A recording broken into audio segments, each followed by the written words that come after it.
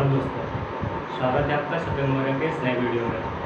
आज हम आप लोग को पढ़ाने चल रहे हैं ऑर्डर ऑफ रिएक्शन, यानी फर्स्ट ऑर्डर ऑफ रिएक्शन पढ़ेंगे इसमें। तो फर्स्ट ऑर्डर ऑफ रिएक्शन यानी प्रथम कोट की अभिक्रिया क्या है, इसको जानने से पहले सभी दोस्तों को good morning, good afternoon, good evening जब आप पढ़ रहे हैं। तो फर्स्ट ऑर्डर रिएक्शन यानी प्रथम कोट की अभिक्रिया क्या है, जैसे कि हमने पढ़ा अभिक्रिया की कोट पढ़ा था। अभिक्रिया की कोट क्या होती थी? अभिक्रिया की कोट हमने निकाला था n = घातांकों का योग, यानी सम ऑफ घातांक। तो जितना उसका घातांक होता था उसका हम क्या कर लेते थे, गुणा को जोड़ लेते थे, और जोड़ने पर जितना नंबर आता था वही क्या होती थी, उसकी अभिक्रिया की कोट कहलाती थी। तो ये तो हुई अभिक्रिया की कोट के बारे में। तो प्रथम कोट की अभिक्रिया क्या होगी, हमने देखा था कई सारे अभिक्रियाओं में ऐसा हुआ था, अगर n = 2 आया था, n = 0 आया था, n = 1 आया था, n = 3 आया था, ऐसा हमने देखा था। तो जब n बराबर आपका 1 आए, n = 2 आए, n = 3 आए, n = 0 आए, जो नंबर हमको मिल रहा है n का मान अभिक्रिया की कोट में जो नंबर हमको मिल रहा है वही लगभग अभिक्रिया की कोट कहलाती है। फर्स्ट ऑर्डर रिएक्शन या second order reaction, zero order reaction, third order reaction, जो भी नंबर आएगा n बराबर, वो नंबर हमारा लगभग क्या होता था कि फर्स्ट ऑर्डर रिएक्शन नंबर होता था। लेकिन हम यहाँ पर ऐसा बात एक्चुअल में नहीं कह सकते हैं, एक्चुअल में नहीं कहेंगे। एक्चुअल में ये हो जाएगा, जो क्रिया की परिभाषा होती है, फर्स्ट ऑर्डर ऑफ रिएक्शन परिभाषा है, वो परिभाषा ये है कि वे अभिक्रियाएँ जिनका क्या हो, जिनकी जो अभिक्रिया का वेग है, यानी वे अभिक्रियाएँ जिनका वेग जो है एक अभिकारक की सांद्रता पर निर्भर करता हो, एक अभिकारक की सांद्रता पर निर्भर करता हो, क्या कहलाएगा, फर्स्ट ऑर्डर ऑफ रिएक्शन कहलाएगा। अभिक्रिया को नोट करिए, डिफिनेशन को नोट करेंगे, लिखेंगे वे अभिक्रियाएँ जिनका वेग, वे अभिक्रियाएँ जिनका वेग एक अभिकारक की सांद्रता पर निर्भर करता है, एक अभिकारक की सांद्रता पर निर्भर करता है, प्रथम कोट की अभिक्रिया कहलाती है, प्रथम कोट की अभिक्रिया कहलाती है। हो गया डिफिनेशन? समझ लेते हैं थोड़ा सा। जैसे कि हमने कहा था, आपको फार्मूला दिया गया था कि C12H22O11 दिया गया था। तो इसमें क्या किया गया था, आपको H2O से रिएक्शन कराया गया था। तो जो अभिक्रिया की दर निकाले थे, अभिक्रिया की दर निकाले थे, यानी कि वेग रेट ऑफ रिएक्शन जो निकाला गया था यहाँ पर कि C12H22 और O11, तो इसकी घातांक 1 थी, और ये इस पर डिपेंड ना करे, यानी जो हमने H2 कहा है, H2O पर अभिक्रिया की दर जो है वो डिपेंड ना करे, केवल किस पर डिपेंड करे, केवल किस पर निर्भर करती है, एक अभिकारक की सांद्रता। इस अभिकारक की जो सांद्रता है उसी पर डिपेंड करेगी, उसी पर निर्भर करेगी, इस पर निर्भर नहीं करेगी। अगर इस पर निर्भर करेगी तो H2O फिर 2 हो जाएगा, यानी n बराबर अगर हम यहाँ पर निकालेंगे तो अभी तो 1 आएगा, लेकिन यहाँ पर जब हम H2O अगर लिख दें और इसका घातांक भी हम 1 मान लेते हैं तो यहाँ पर कितना आ जाएगा, 2 हो जाएगा। तो सेकेंड ऑर्डर रिएक्शन हो जाएगी। यहाँ पर क्या होता है, H2O 0 हो जाता है या नहीं लिखा जाता।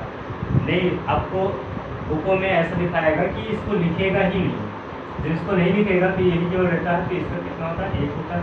तो n बराबर कितना आ जाएगा, 1 आ जाएगा। तो क्या कहलाएगी, फर्स्ट ऑर्डर रिएक्शन कहलाती है, प्रथम कोट की अभिक्रिया कहलाती है। इतना हो गया। आगे हम लोग क्या करेंगे, अब इसके लिए हमें व्यंजक प्राप्त करना है, यानी हमें क्या करना है, डेरिवेशन निकालना है। इसके लिए फार्मूला तैयार करना है फर्स्ट ऑर्डर रिएक्शन के लिए। तो फर्स्ट ऑर्डर रिएक्शन के लिए हम क्या करेंगे, लिखिएगा, माना एक अभिक्रिया निम्न है, माना एक अभिक्रिया निम्न है। मान लीजिए कोई अभिक्रिया होती है, वो अभिक्रिया है A, साइन ऑफ एरो क्या बनेगा, प्रोडक्ट बन जाएगा। ए से क्या बन रहा है, सीधा प्रोडक्ट बन रहा है। अब इसमें प्रारंभिक स्थिति में, जो इसकी प्रारंभिक स्थिति है, प्रारंभिक स्थिति में या प्रारंभिक समय में, या जब t बराबर आपका 0 हो, तो A की जो कंसंट्रेशन है, यानी A की जो सांद्रता है, A की सांद्रता A है, और प्रोडक्ट अभी नहीं बना है। तो प्रोडक्ट की सांद्रता कितनी है, 0 है। जब शुरू में ही हम अभिकारक और दो अभिकारकों को आपस में मिला रहे हैं या क्रिया को कराने जा रहे हैं, तब यहाँ पर क्या हो रहा है कि ए की जो कंसंट्रेशन है वो तो है, लेकिन अभी प्रोडक्ट बना ही नहीं है, तो उसकी सांद्रता क्या होगी, कुछ नहीं होगी, 0 होगी।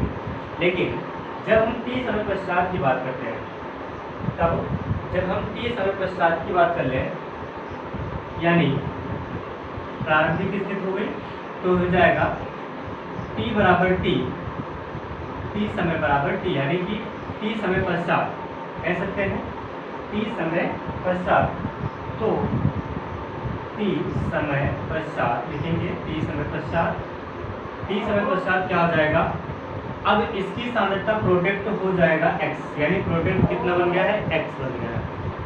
तो इसकी सांद्रता कितनी हो जाएगी, a माइनस एक्स हो जाएगा। भाई a जो था, a में से कितना माइनस हो गया, x से ही दिखा तो बना है, ठीक है, इतना हो जाएगा।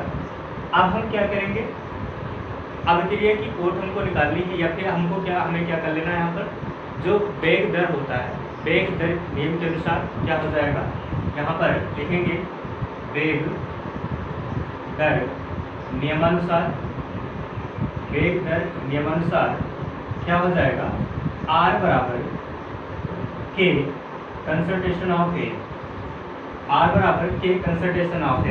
तो a का मान कितना है यहाँ पर देखिएगा, k a माइनस एक्स, ये तो है k a माइनस एक्स, ये हो जाएगा आपका इक्वेशन नंबर फर्स्ट। दूसरा हो जाएगा बल गतिकी के अनुसार, बल गतिकी के नियमानुसार, जब हम बल गतिकी के नियमानुसार निकालेंगे तो क्या मिलेगा हमको, r बराबर क्या मिल जाएगा, r बराबर dx अपान क्या हो जाएगा, dt, क्या हो जाएगा, r बराबर dx अपान क्या हो जाएगा, dt हो जाएगा। समीकरण 2 मिल गया, तो कहेंगे यहाँ से समीकरण 1 और 2 से, समीकरण 1 और 2 से, समीकरण 1 और 2 से क्या मिलेगा हमको, ये अगर r1 मान लें, r2 मान लें, कोई दिक्कत नहीं होगा, r1 और ये क्या हो जाएगा, r2 हो जाएगा। फिर यहाँ पर k1 k2 मानना पड़ेगा, तो k1 k2 हम नहीं मान रहे हैं, केवल आपको एक ही k1 है, तो इसलिए मानना नहीं पड़ेगा। r1 बराबर क्या हो जाएगा, r2 हो जाएगा। तो यहाँ पर क्या हो जाएगा, k a minus x equal to क्या हो जाएगा, dx अपान क्या हो जाएगा, dt। इसको और सॉल्व करेंगे क्या मिल जाएगा हमको, देखिए क्रॉस मल्टीप्लाई करा दीजिए, k dt equal to dx upon a minus x. भाई हमने क्या किया, x को एक तरफ कर लिया पहले मतलब, और यहाँ पर अलग कर दिया, तो ये मिल गया आपको, एक वैल्यू हमको मिल गई। तो इस वैल्यू का हम क्या करेंगे, अब यहाँ पर लिखेंगे दोनों पक्षों का समाकलन करने पर, दोनों पक्षों का समाकलन कर दीजिए। जब दोनों पक्षों का समाकलन कर देंगे तो क्या मिल जाएगा, देखिए यहाँ पर k dt इक्वल टू क्या मिल जाएगा, dx अपान समाकलन ऑफ dx अपान dt, और सॉरी यहाँ पर है dt नहीं है, यहाँ पर है a माइनस एक्स, क्या है a माइनस एक्स।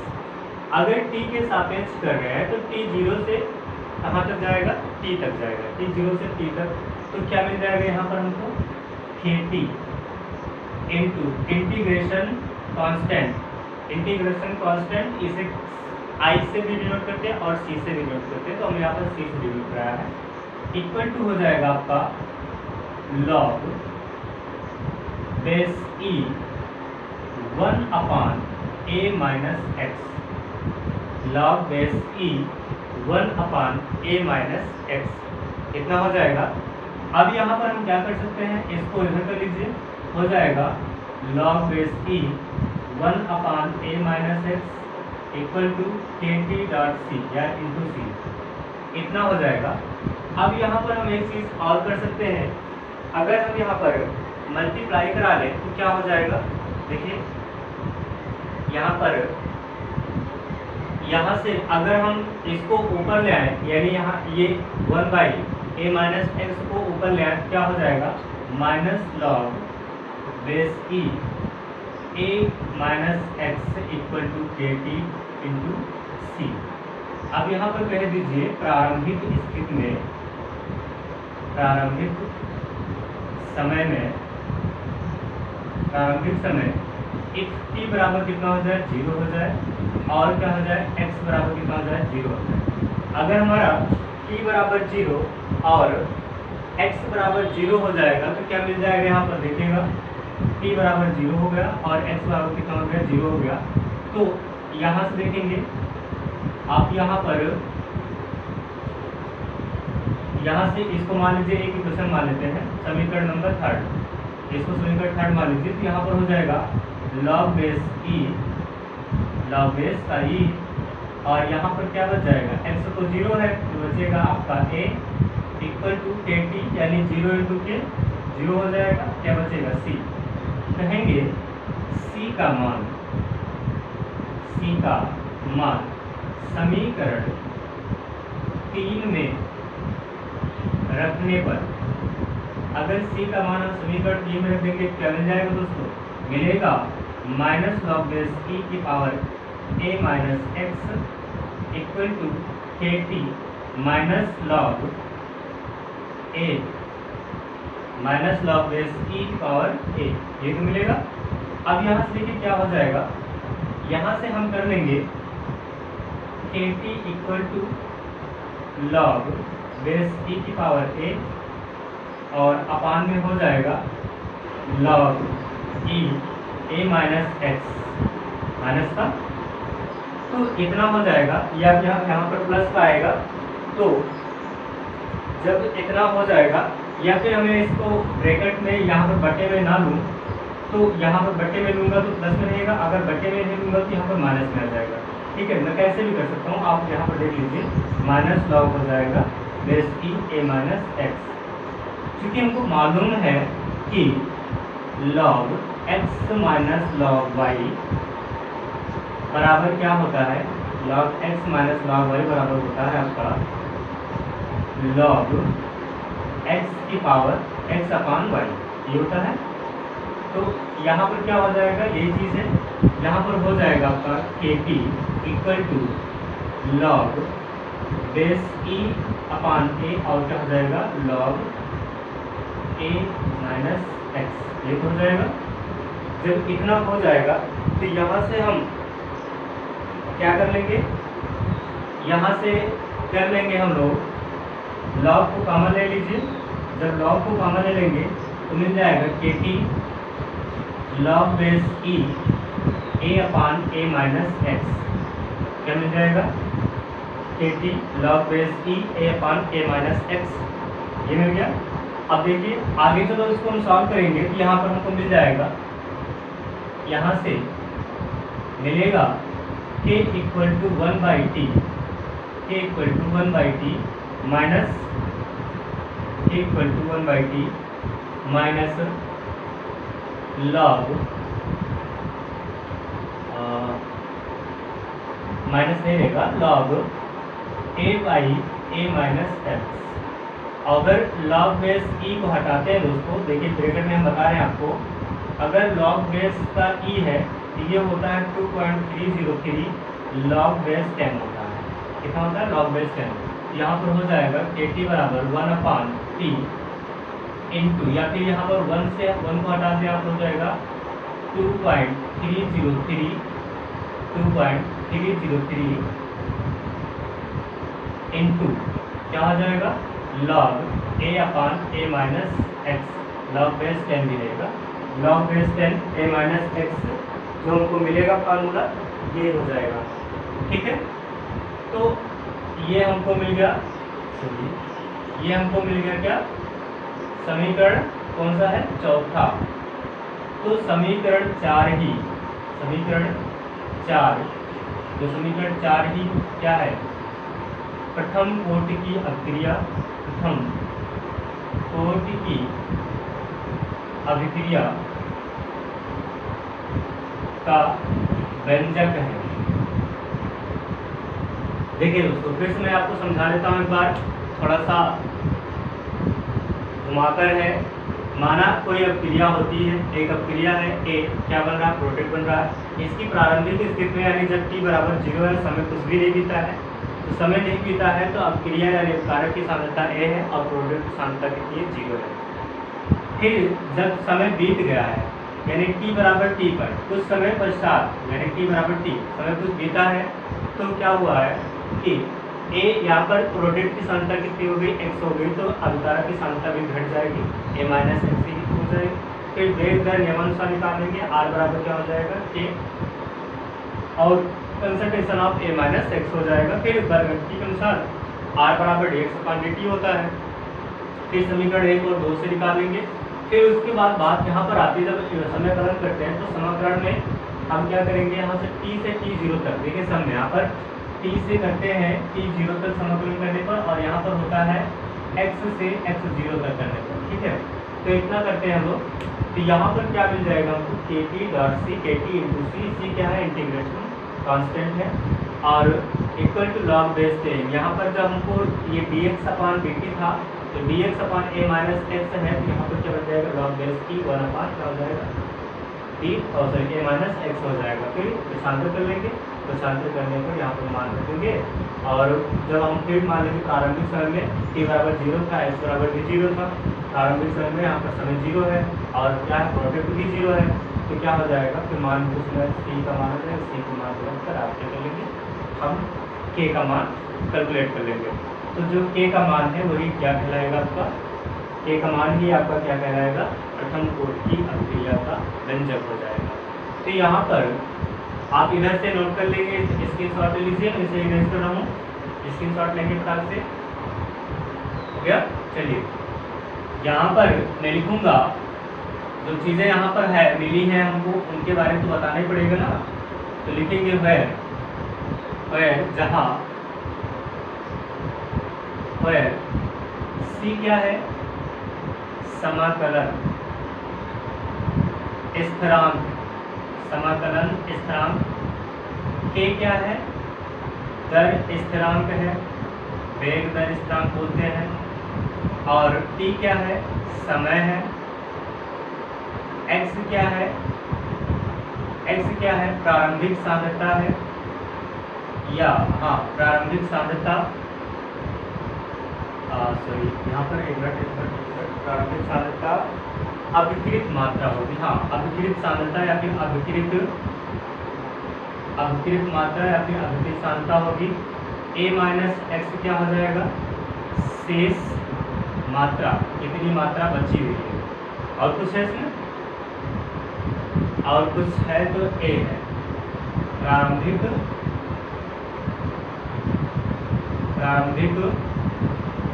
मात्रा, प्रारंभिक मात्रा। तो where में इतना नोट कर लेंगे, हो गया।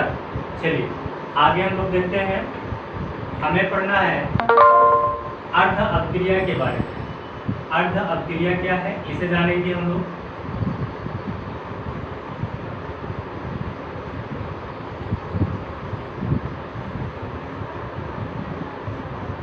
व्यंजक तैयार कर लीजिएगा, फार्मूला आपको याद होना चाहिए, क्योंकि जब न्यूमेरिकल चलेगा तो फार्मूला बहुत इंपॉर्टेंट होगा।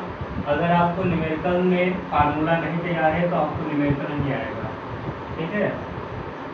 बहुत सारे स्टूडेंट हमसे कहते हैं सर ऐसा होता है कि हमको न्यूमेरिकल्स नहीं आते हैं। तो अगर आपको न्यूमेरिकल्स नहीं आते हैं दोस्तों, मैं आपको बताना चाहूँगा कि सबसे पहले जिस चैप्टर का आप न्यूमेरिकल करने चल रहे हैं उस चैप्टर के सारे फार्मूले आपको तैयार होने चाहिए। जब आपको फार्मूला तैयार हो जाएगा तो आप क्वेश्चन को ध्यान से फिर पढ़िए, फिर क्वेश्चन में पूछ क्या रहा है, जो पूछ रहा है वो कहीं ना कहीं फार्मूला में दिया गया होगा, तो कुछ नहीं करना है, फिर उसी फार्मूले पर उस व्यंजक को उठाइए, वहाँ पर वैल्यू दी गई होगी, उस वैल्यू को उठाइए और वहाँ पर पुट कर दीजिए, सॉल्व कर दीजिए, आपका आंसर आ जाएगा। हाँ पहली शर्त यही होती है कि आपको फार्मूला तैयार होना चाहिए, फार्मूला अगर नहीं तैयार रहा तो आपको नहीं आएगा, ये चीज़ आप ध्यान देंगे। तो यहाँ पर हम पढ़ने चल रहे हैं अर्ध अपक्रिया के बारे में। अर्ध अपक्रिया क्या होती है, अर्ध अपक्रिया हाफ रिएक्शन ऑफ रिएक्शन, अर्ध अभिक्रिया क्या होती है। जैसे आपने अभी देखा कि यहाँ पर कोई अभिक्रिया हो रही थी, ए बन रहा था, क्या प्रोडक्ट बना रहा था, तो जो ए है वो प्रोडक्ट बना रहा था। तो यहाँ पर कुछ समय पश्चात टी बराबर टी पर क्या हुआ था, ए माइनस एक्स इक्वल टू क्या हो गया था, एक्स हो गया था। यानी कि ए की सांद्रता घटकर कितनी हो गई थी, एक्स हो गई थी। इसे और भी तरह से हम समझ सकते हैं। जैसे आपने प्रारंभिक में लिया, प्रारंभ में आपने जो भी प्रोडक्ट लिया वो कितना था, 100 ग्राम था। कितना था, 100 ग्राम था। अगर रिएक्शन स्टार्ट हो गई, रिएक्शन स्टार्ट होने पर 10 मिनट के पश्चात, 10 मिनट बीता तो रिएक्शन कितनी बची, यहाँ पर जो ये पदार्थ था वो कितना बचा, यहाँ पर 50 ग्राम। कितना बचा, 50 ग्राम। फिर जब यहाँ पर 10 मिनट फिर बीत गया, 10 मिनट के पश्चात हमने देखा 50 ग्राम से हमारा पदार्थ जो था वो कितना बचा, 35 ग्राम, आधा हो रहा है। आप ऐसा मत सोचिएगा कि यहाँ पर 100 ग्राम था, 100 से 50 और 50 से फिर 0 हो जाएगा, 0 नहीं होगा, इसका आधा होता चला जाएगा। यहाँ पर जैसे 25 है तो 25 का आधा क्या हो जाएगा, 12.5। तो यहाँ पर ये 10 मिनट पश्चात ही होगा ये भी, और फिर से क्या हो जाएगा ये 10 मिनट पश्चात। एक एग्जाम्पल है, 10 मिनट पश्चात कितना हो जाएगा, यहाँ पर मान लेते हैं यहाँ पर 6 हुआ, कितना 6, तो 6.5 जो भी आएगा समथिंग आपको, फिर से क्या हो जाएगा 10 मिनट पश्चात 3.5, फिर क्या हो जाएगा 1.5, है ना। तो ऐसे आपकी एक वैल्यू आती रहेगी, तब तक चलेगी जब तक ये 0 न आधी होगी। ये मत ध्यान दीजिएगा यहाँ पर क्या कहते हैं 100 था, 100 से 50, 50 से 0, तो 0 तो आगे फिर बचा ही नहीं। तो यानी कि परिभाषा हमारी यही होती है कि अभिकारक की जो सांद्रता है, अभिकारक की जो सांद्रता है वो कितनी हो जाए, आधी हो जाए, आधी रिएक्शन हो जाए ना, आधी रिएक्शन हो जाए, आधी बची रह जाए। किसी भी पदार्थ की आधी सांद्रता खत्म हो जाए, आधी क्या हो जाए, बची रह जाए, तो वही क्या कहलाती है, आपकी अर्ध अभिक्रिया कहलाती है। लेकिन एक चीज है इसमें, एक बहुत इंपॉर्टेंट है, समय रखता है, बहुत इंपॉर्टेंट रखता है। वो क्या रखता है, समय। यानी जिस समय पर किसी भी अभिकारक की मात्रा, किसी भी अभिकारक की सांद्रता आधी हो जाती है या आधी रह जाती है, वही क्या कहलाती है, अर्ध अभिक्रिया कहलाती है। ठीक है, नोट कर लीजिएगा, नोट करेंगे। वह समय या जिस समय पर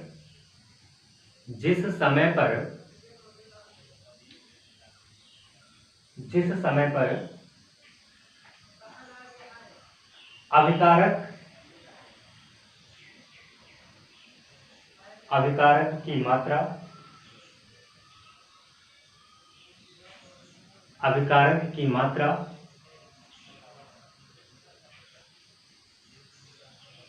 आधी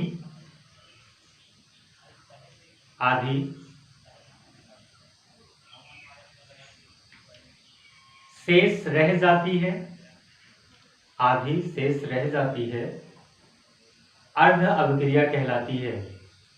क्या कहलाती है, अर्ध अभिक्रिया कहलाती है। इसे कई प्रकार से बता सकते हैं। जैसे कि आपने कोई भी अभिकारक लिया, वो 100% था, अभी यहाँ पर मैंने बताया कि 100% था, तो क्या हो जाए, यहाँ पर कोई भी समय, एक समय आएगा, एक समय के पश्चात क्या हो जाए, इसकी अभिक्रिया कितना हो जाए, इसके अभिकारक की मात्रा की कितना हो जाए, 50% की पूरा हो गया, और ये 50% यहाँ पर बच गया, ये 50% पूरा हुआ। तो हम ये भी कह सकते हैं कि वह समय जिस पर अभिकारक की मात्रा आधी बच जाती है, अथवा वह समय जिस पर अभिकारक आधा अभिक्रित हो जाता है, अभिकारक की मात्रा आधा या आधी अभिक्रित हो जाती है, आधी बच जाती है, आधी बन जाती है, आधी अभिक्रिया हो चुकी है। तो इसे कई प्रकार से आप परिभाषित कर सकते हैं। अथवा कर लिखना है तो आपको अपनी बुक से ढूंढ लेना है, मैंने एक डेफिनेशन लिखवा दिया जो बहुत होते हैं यहाँ पर। तो यहाँ पर जो 0 ऑर्डर रिएक्शन है, इसे हम दिखाते हैं टी हाफ से। इसे नई लाइन से लिख लेंगे, इसे टी हाफ से प्रदर्शित करते हैं, टी 1/2 टी हाफ से प्रदर्शित करते हैं। अब यहाँ पर जो टी हाफ से हम प्रदर्शित कर रहे हैं, तो सभी अभिक्रियाओं के लिए यहाँ पर प्रथम कोटि की अभिक्रिया, 0 ऑर्डर की रिएक्शन है, 0 कोटि की अभिक्रिया, 0 कोटि की अभिक्रिया, और सेकेंड ऑर्डर रिएक्शन यानी द्वितीय कोटि की अभिक्रिया। तो प्रथम कोटि की अभिक्रिया के लिए हम अर्ध आयुकाल निकालेंगे तो हाफ लाइफ टाइम निकालेंगे जब इसमें, तो क्या हो जाएगा देखेंगे। इसमें हम मान लेंगे कि प्रारंभिक स्थिति में, यानी कि जो प्रारंभिक समय था, उस प्रारंभिक समय में प्रारंभिक समय जो था, तो प्रारंभिक समय में क्या था कि आपका जो मात्रा थी, यानी प्रारंभिक मात्रा, प्रारंभिक समय में मात्रा कितनी थी, प्रारंभिक समय में ए की मात्रा कितनी थी, ए थी। प्रारंभिक समय में ए की मात्रा कितनी थी, ए की थी। और अभिकृत मात्रा कितनी हो जाएगी, अभिकृत मात्रा, यानी कितनी मात्रा में कितनी मात्रा बन चुका है, तो अभिकृत मात्रा आपका हो जाएगा x जो था, x बराबर कितना हो जाएगा यहाँ पर a/2। तो शेष मात्रा कितनी हो जाएगी, शेष मात्रा जो आपकी बचेगी वो हो जाएगी a माइनस एक्स। शेष मात्रा का फार्मूला तो यही है, a माइनस एक्स। तो क्या हो जाएगा a माइनस a/2, क्या हो जाएगा a माइनस a/2, तो इक्वल टू क्या आ जाएगा a/2 आ जाएगा। सॉल्व करके देख लीजिए, इतना ही आएगा। इतना हो गया। तो यहाँ से हम क्या कर सकते हैं, प्रथम कोट की अभिक्रिया के लिए निकाल रहे हैं, तो यहाँ पर लिख सकते हैं t/2 t1/2 प्रथम कोट की अभिक्रिया के लिए, प्रथम कोट की अभिक्रिया के लिए जब हमने प्रथम कोट की अभिक्रिया के लिए देखा, तो प्रारंभिक समय में जो ए की मात्रा थी वो ए थी, कंसंट्रेशन। तो उसके बाद अभिकृत मात्रा कितनी है, अभिकृत मात्रा यहाँ पर, एक मिनट दोस्तों। हाँ दोस्तों, क्या कह रहे थे, ये प्रथम कोट की अभिक्रिया के लिए जो फार्मूला था, अभी यहाँ पर जो है सामने स्नेक सांप आ गया था, इसलिए दोस्तों आपका वीडियो थोड़ा सा पॉज किया गया था, तो कोई नहीं, तो चला गया। देखिए यहाँ पर क्या कहा गया, t/2 t/2 प्रथम कोट की अभिक्रिया के लिए। तो प्रथम कोट की अभिक्रिया के लिए के का जो फार्मूला हमने अभी प्राप्त किया था, वो क्या था, फार्मूला था 2.303 अपान क्या था t, और इनटू में था log base 10 a minus x था। तो इसमें हम सारी वैल्यू रख देंगे। के बराबर क्या हो जाएगा 2.303 अपान में t½ into log base 10 a अपान क्या हो जाएगा यहाँ पर a अपान क्या हो जाएगा, a अपान, यहाँ पर a तो है और ये क्या है a/2, क्या हो जाएगा a/2। तो क्या मिलेगा हमको, यहाँ पर मिल जाएगा k बराबर 2.303 अपान t½ log बेस 10, और यहाँ पर क्या मिल जाएगा हमको 2 मिल जाएगा, क्या मिल जाएगा 2 मिल जाएगा। और फिर जब इसको हम आगे सॉल्व करेंगे तो क्या मिल जाएगा हमको, यहाँ पर देखिए t/t½ को इधर ले आइए, k को यहाँ पर ले जाइए, क्या मिल जाएगा t1/2 इक्वल टू क्या मिल जाएगा 2.303 अपान k, और log 2 की जो वैल्यू होती है, log 2 की वैल्यू होती है वो होती है 0.3010। कितना होती है 0.3010। इतना हो गया। अब जब इसको हम मल्टीप्लाई कराएंगे तो मल्टीप्लाई करने पर मिलेगा हमको 0.693 अपान के। ये प्रथम कोट की अभिक्रिया के लिए फार्मूला हुआ। ये किसके लिए हुआ, प्रथम कोट की अभिक्रिया के लिए अर्ध आयु का फार्मूला हो गया। तो एक फार्मूला यहाँ पर हो गया। एक फार्मूला मैं आपको और बताऊंगा, जो यहाँ पर हम पढ़ेंगे जीरो ऑर्डर रिएक्शन के लिए, तो अर्ध आयु उसके लिए हम देख लेते हैं, फिर आपको जीरो ऑर्डर रिएक्शन पढ़ाया जाएगा। तो अर्ध आयु में उसको कैसे लिखेंगे, इसे इरेज करते हैं। आप स्क्रीनशॉट ले लीजिए, फटाक से स्क्रीनशॉट ले लीजिए। तो यहाँ पर देखिएगा, यहीं से मैं लिख देता हूँ, थोड़ा सा छोटा ही है, ज़्यादा बड़ा नहीं है। अर्ध आयु में हमको मिलेगा जाकर, यानी शून्य कोट की अभिक्रिया के लिए बात करें, शून्य कोट की अभिक्रिया, शून्य कोट की अभिक्रिया के लिए अगर हम बात करें तो पता है हमको फार्मूला वहां पर मिलेगा k बराबर x अपान टी। क्या मिलेगा, k बराबर x अपान टी मिलेगा। तो k बराबर क्या हो जाएगा, यहाँ पर k बराबर x/2, t का कितना हो जाएगा t/2, t 1/2 हो जाएगा, t 1/2।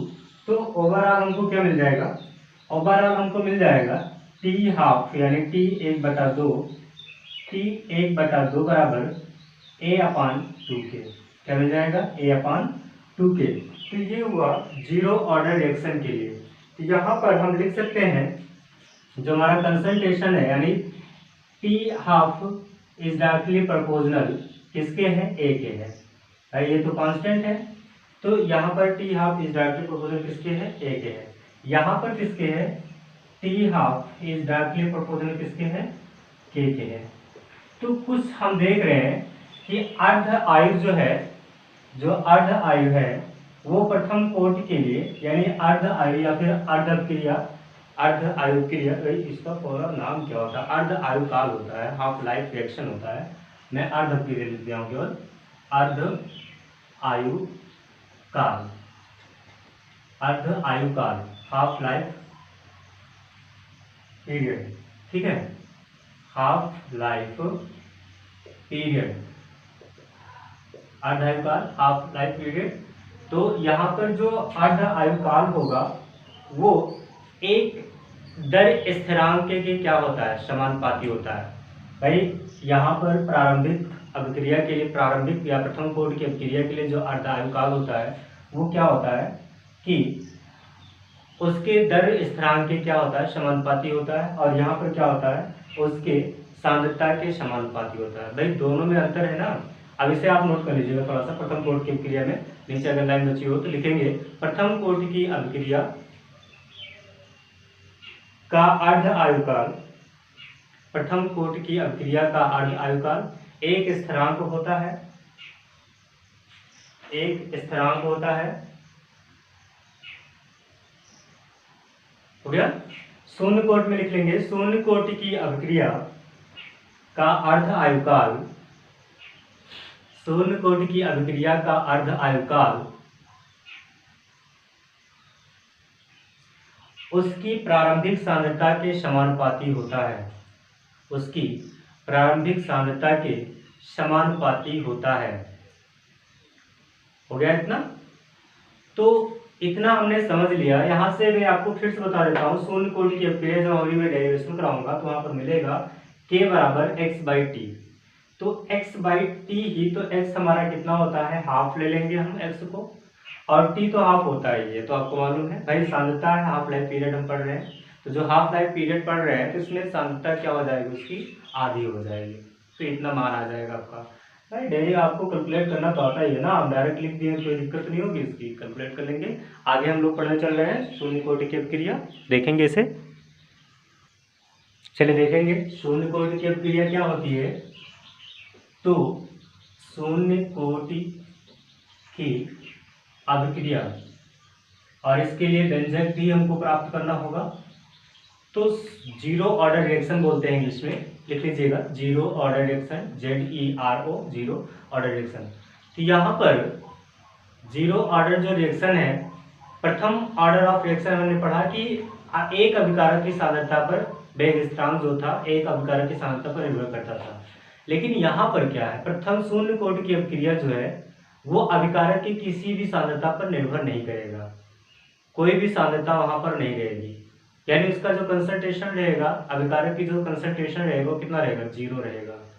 तो ऐसे जो अभिकारक होंगे, जैसे आपने देखा था अभी, हमने एक आपको मोलरिटी, जो मॉलिक्यूलरिटी हमने निकलवाया था, उस मॉलिक्यूलरिटी में आपने अभिक्रिया की कोट भी निकाला था। तो वहां पर निकाला था आपने N2 + 3H2 sign of arrow, यहाँ पर क्या हो जाएगा Fe और मॉलिब्डेनम। तो इसमें आपने क्या किया था, NH3 बना था, और ये NH3 जो बना था तो यहाँ पर जो आपने अभिक्रिया दर के स्थिरांक पर लिखा था, यानी दर, रेट ऑफ, मतलब अकॉर्डिंग टू रेट लॉ के अकॉर्डिंग जो लिखा था।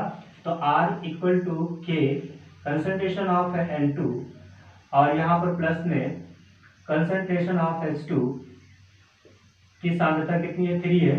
लेकिन इसको सॉरी, यहाँ पर प्लस नहीं रहेगा, यहाँ पर रहेगा H2, और यहाँ पर इसका सांद्रता कितना मान लिया गया था, इसकी जो घात थी वो कितना मान लिया गया था, 0 मान लिया गया था। दोस्तों हिसाब इधर से ही गया, बार बार मेरी इधर उससे पिछाड़ी थोड़ा डर लगता है, तो कोई नहीं, डर सब है तो मैं कुछ ज़्यादा डर रहा हूँ ना, क्योंकि बार बार नज़र देख रहा हूँ, आ तो नहीं रहा है कहीं मेरी आवाज़ सुनकर। इतनी प्यारी आवाज़ है मेरी, नहीं है इतनी प्यारी नहीं है, ठीक है, यहाँ पर मजाक कर रहा हूँ। इतना था। तो जीरो ऑर्डर रिएक्शन में कहा गया कि वे अभिक्रियाएं जिनमें अभिकारक की सांद्रता पर, वे अभिक्रियाएं जिनका वेग स्थिरांक अभिकारक की सांद्रता पर निर्भर नहीं करता है। जीरो ऑर्डर रिएक्शन का डेफिनेशन को नोट करेंगे, नोट कर लीजिएगा, लिखेंगे वे रासायनिक अपक्रिया जिसकी दर, वे रासायनिक अपक्रियाएं या वह रासायनिक अपक्रिया जिसकी दर अभिकारकों की सांद्रता पर निर्भर नहीं करता, अभिकारकों की सांद्रता पर निर्भर नहीं करता, शून्य कोटि की अभिक्रिया कहलाती है, शून्य कोटि की अभिक्रिया कहलाती है।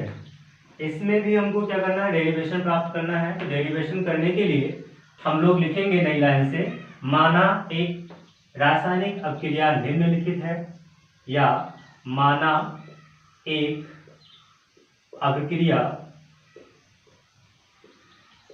निम्न है। कोई आप अभिक्रिया करा रहे हैं, निम्न है, वो अभिक्रिया है ए, साइन ऑफ एरो क्या बन जाएगा, प्रोडक्ट बन जाएगा। बहुत आसान अभिक्रिया है। अब इसमें प्रारंभिक समय में वही चीज t बराबर 0 पर, यानी प्रारंभिक समय में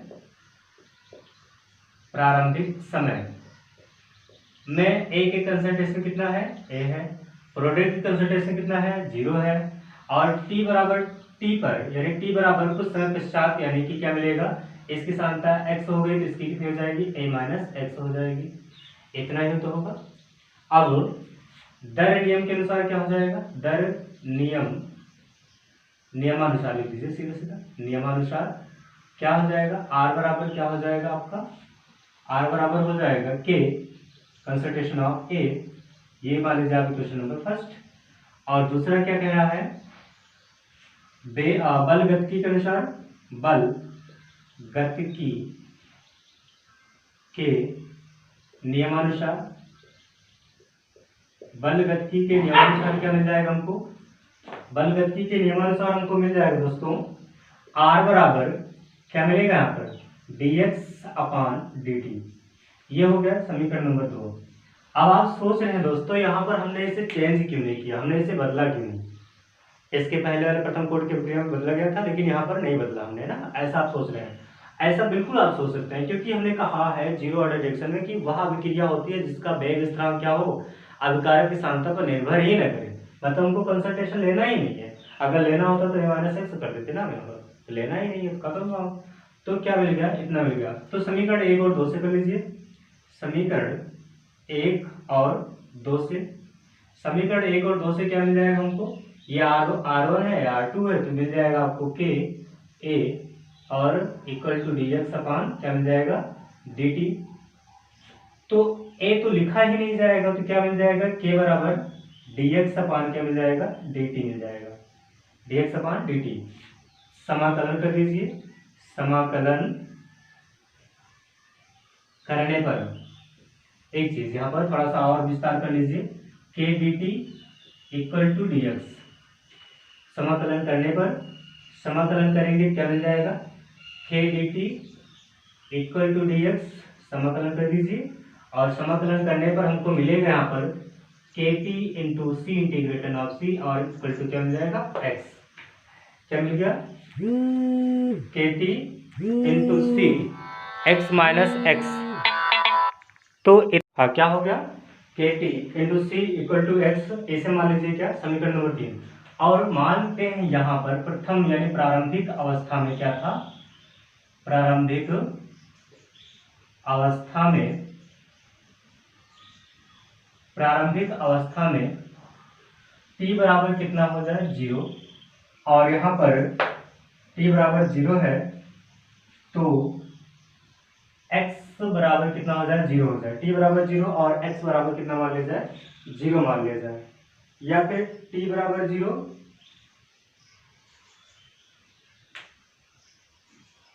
क्या हुआ, एक मिनट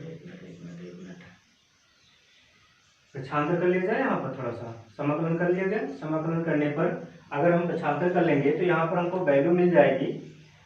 जो वैल्यू मिलेगी हमको KT plus C equal to x, तो यहाँ पर हो जाएगा t बराबर 0, c बराबर x बराबर 0 और c बराबर कितना 0। तो क्या मिल जाएगा हमको यहाँ पर KT प्लस 0 इक्वल टू 0, तो सब तो 0 हो जाएगा। t बराबर 0 है तो ये भी 0, ये भी 0, ये भी 0, सब 0 हो जाएगा। यहाँ पर आपको मानना पड़ेगा कि t बराबर 0, x बराबर 0, लेकिन c बराबर कितना हो, कुछ ना हो, यानी c को नहीं मानना है।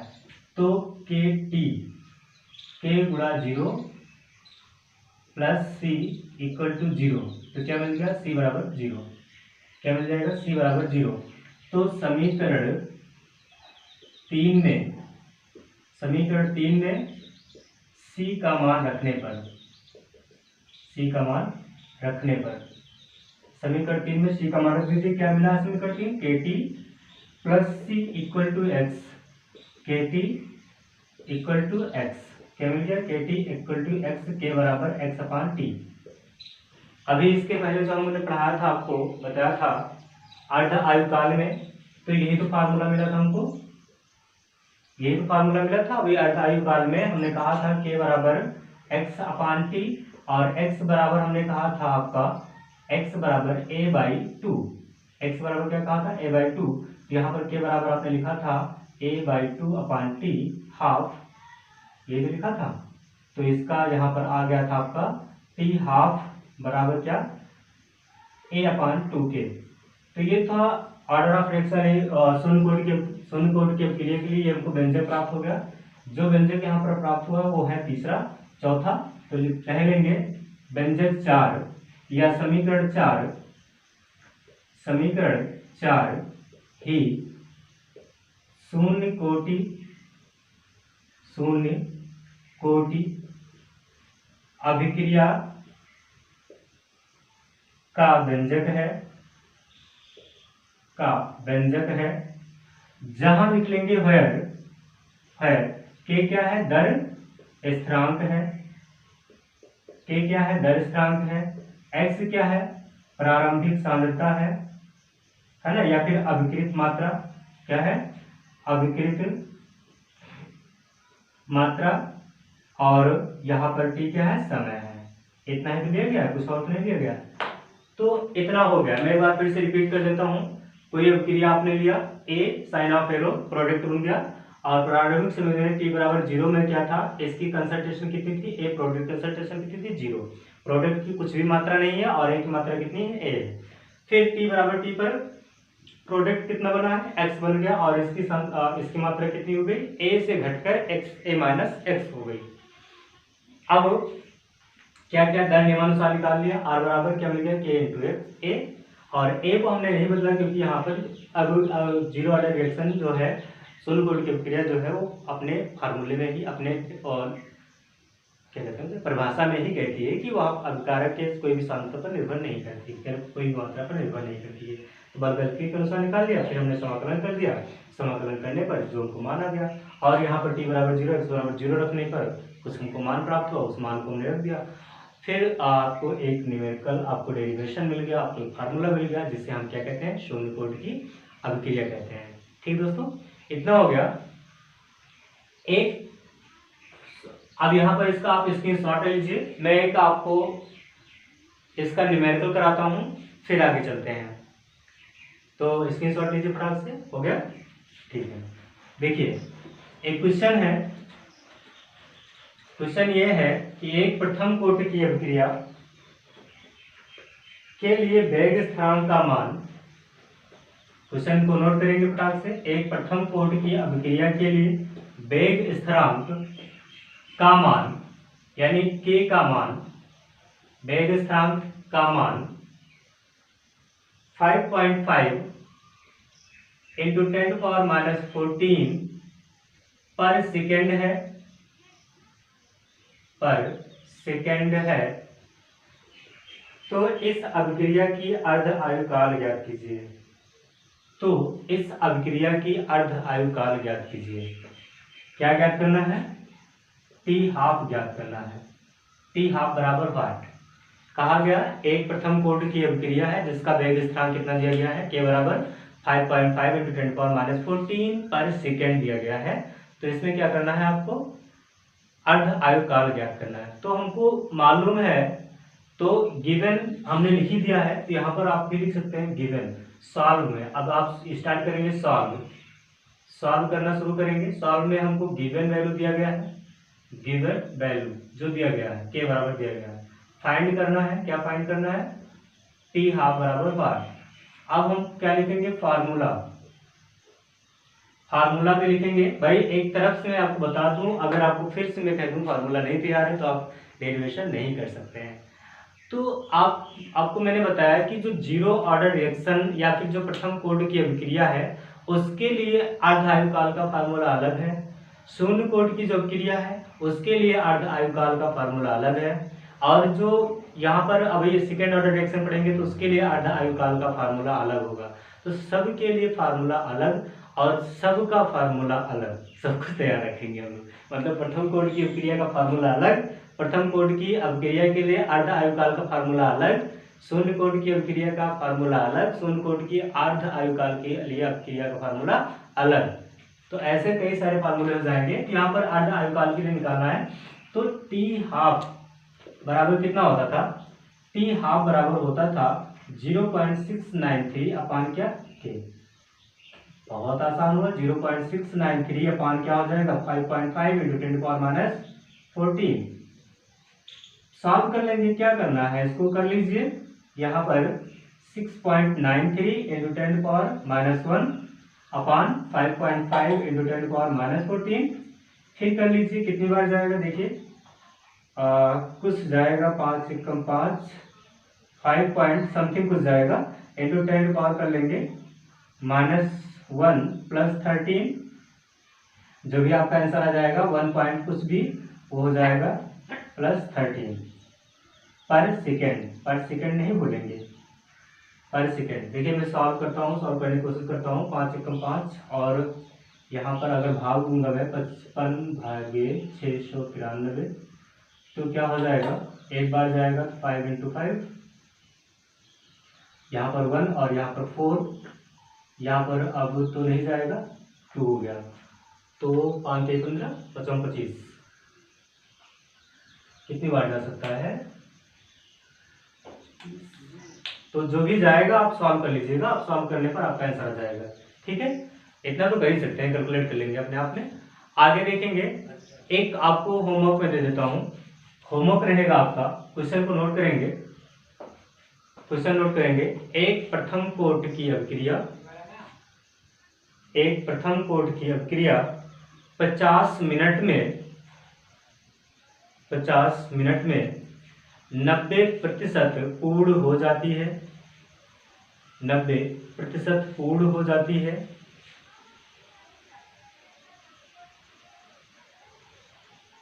इस अभिक्रिया का अर्ध आयुकाल ज्ञात कीजिए। इस अभिक्रिया का अर्ध आयुकाल ज्ञात कीजिए। क्वेश्चन में मैं फिर से रिपीट करता हूं क्वेश्चन को। एक प्रथम कोटि की अभिक्रिया 50 मिनट में 90% पूर्ण हो जाती है। इस अभिक्रिया का अर्ध आयुकाल ज्ञात करना है। ठीक है, तो ये आपका होमवर्क रहेगा। तो होमवर्क आप करके लाएंगे और हमको कमेंट्स बॉक्स में बताइएगा कि इसका आंसर कितना आया। और दोस्तों हमारा ये आज जो पढ़ रहे हैं, तो जो भी स्टूडेंट, मैं आपको बता दूं कि शुरू में या फिर आप शुरू में हमारा लेक्चर को नहीं देखा है, नहीं अटेंड किया है, तो ये लेक्चर देखने से आपका कोई मतलब नहीं रहा, क्योंकि आपको समझ में आने वाला नहीं है। क्योंकि ये सारे लेक्चर जो हैं एक दूसरे से कोरिलेट हैं, इसलिए मैं आपको एक लाइन से सीरियल वाइज लेक्चर दे रहा हूँ। तो दोस्तों हमारा लेक्चर, ये हमारा वीडियो कैसा लगा आप हमारे कमेंट्स बॉक्स में बताइएगा। अगर अच्छा लगा सब्सक्राइब करिए, लाइक करिए, शेयर करिए। और अगर हमारे यूट्यूब चैनल पर नए हैं तो प्लीज़ हमारे यूट्यूब चैनल को सब्सक्राइब कर दीजिए और बेल आइकन अगर आप दबा देंगे तो आपको आने वाली वीडियो की नोटिफिकेशन भी मिल जाया करेगी। ठीक है दोस्तों, आज के लिए इतना बहुत, थैंक यू, धन्यवाद।